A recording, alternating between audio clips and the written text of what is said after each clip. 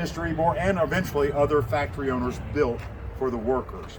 So we have to get in our mind the picture of what we're looking at and where we're at. In 1885, we're 2 miles from Tampa in a swamp. There's nowhere to live out here, obviously. Mr. Ybor has to build homes initially for the immigrants to live in that come here to work here. At one time, we had over 1,000 of these little homes on this street, 9th Avenue alone. And the whole town was surrounded by these kinds of homes. These are the smallest of the homes typically.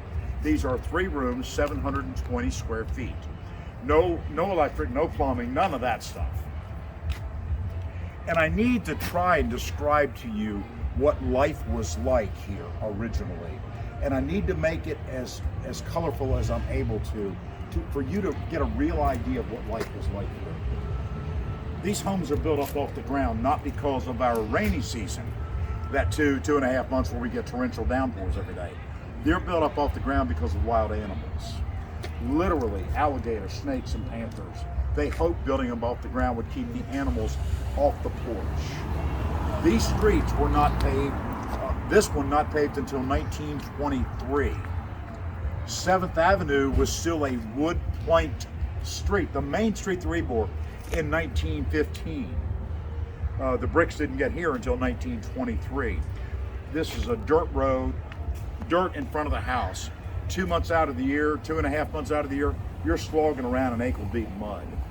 The other months out of the year, the memoirs from the immigrants say that walking around in Tampa was like walking through the Sahara Desert.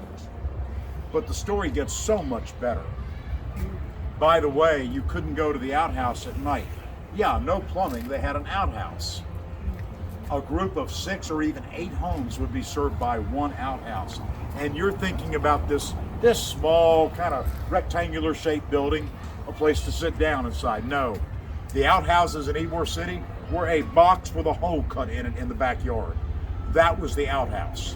They put up a fence for privacy in front of it only. It was 1923 when the city of Tampa passed a resolution that every outhouse had to have 2 seats instead of just 1. You see, we wouldn't have just mom and dad and the kids here. You would never leave your aging parents behind. Even your grandparents, if they were alive, you would bring them with you. So we would have not 2, but we'd have 3 and sometimes 4 generations living in these tiny little homes. Front room was the parlor during the day, the living room, if you will. The middle room, the bedroom, always mom and dad's bedroom. That was traditional. The back room was the kitchen, the washroom, the everything, all-purpose room. And I haven't mentioned this yet, you could not go to the outhouse at night. You couldn't go outside after dark unless somebody went along that had a lantern and a gun. We're literally in a swamp. You would get killed and eaten by wild animals after dark out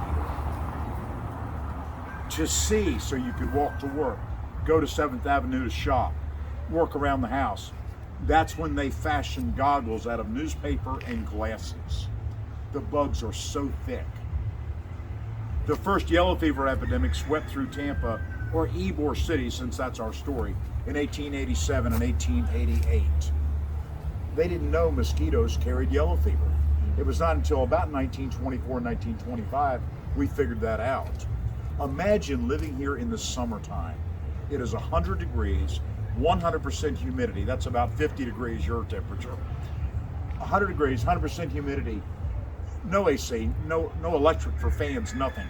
You'd open every window in the house begging for a breeze. In come the mosquitoes. And the newspaper reports of the day said people were literally dropping dead on the street.